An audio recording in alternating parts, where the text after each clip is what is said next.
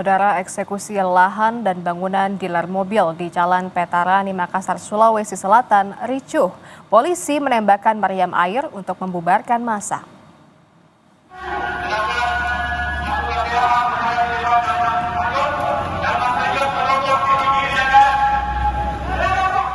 Bentrokan terjadi antara polisi dan massa yang diduga merupakan bagian dari pemilik lahan yang mencoba menolak jalannya eksekusi. Total personel gabungan yang diturunkan untuk mengamankan proses eksekusi mencapai 900 orang.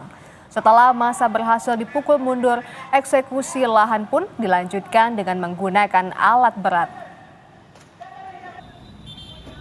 Itu memang ada perlawanan berdasarkan analisa intelijen kami, sehingga kami menyesuaikan kekuatan personil yang kami turunkan. Jadi terkait mengenai masalah pelaksanaan hari ini, yang memang sudah lama mau dilakukan eksekusi, alhamdulillah hari ini berjalan. Tentu dalam hal ini memang ada perlawanan.